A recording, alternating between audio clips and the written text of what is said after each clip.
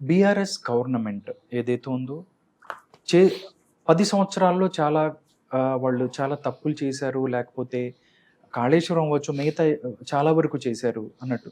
ప్రతిపక్షాలు ఎప్పుడు చెప్తూ ఉన్నాయి, వాళ్ళు ప్రతి దాంట్లో అవినీతి ఉంది అన్నట్టు చెప్తారు. బట్ గవర్నమెంట్ మారిన తర్వాత ప్రతి ఒక్కటి బయటకు వస్తున్న పరిస్థితి. బయట నుంచి వినిపిస్తుంది, మళ్ళీ బీఆర్ఎస్ టీఆర్ఎస్గా మారిపోబోతుంది అన్నది ఒక మాట వినిపిస్తుంది.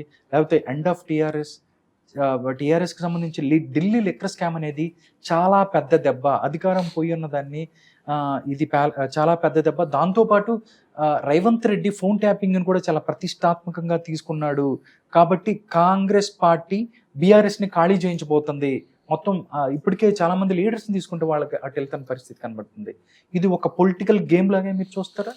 గేమ్ కాదు, యాక్చువల్గా వీళ్ళు చేసింది తప్పు. ఫస్ట్ ఆఫ్ ఆల్ అవినీతి అందరూ చేస్తున్నారు, ప్రతి పార్టీ చేస్తుంది. అందరూ సుత్తపూసలని మనం అనలేం, ఓకేనా? ఎవరు అధికారంలో ఉంటే వాళ్ళు ఆటలు ఆడుకుంటున్నారు. కానీ వాళ్ళ పర్సనల్ విషయాల్ని నువ్వు జనాలకు వదిలేవు చూడు. నేను చాలా మంచోడిని, వాళ్ళు చెడ్డోళ్ళు అని. ఎప్పుడైతే ఓటుకు నోటు కేసు దగ్గర నుంచి చెప్తున్నా, అది చాలా తప్పు.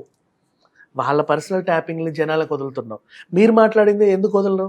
బికాజ్ నువ్వే అధికారంలో ఉన్నావు కాబట్టి నీ ఫోన్ ట్యాప్ చేసే ఇదేం లేదు. మొత్తం పోలీసు వాళ్ళందరినీ కొనేసావు నువ్వు. ఇప్పుడు వాళ్ళందరూ జైల్లో ఉన్నారు, ఒకరి తర్వాత ఒకరు పోతున్నారుగా. నీ వ్యవస్థ అట్లా తయారైంది. అండ్ నెక్స్ట్ ప్రభుత్వం మారిన తర్వాత పాత వాళ్ళ గుట్టురట్టు చేస్తుంది అన్నావు, చూసావా? అదేంటంటే ఎవరైనా సరే ప్రభుత్వం మారే ముందు, ఎలక్షన్స్ ముందు సచివాలయంలో ఫైళ్లు తగలబెట్టి అగ్ని ప్రమాదం అంటారు.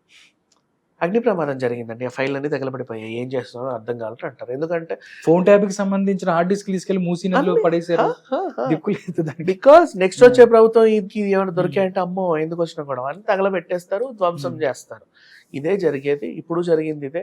అండ్ రేవంత్ రెడ్డి గారి మీద జరిగింది మాత్రం అది ఇతను చేయకూడని నేరం. అంటే అతనేదో మంచోడని నేనేం సపోర్ట్ చేయట్లా, వీళ్ళు చేయకూడని పని అది.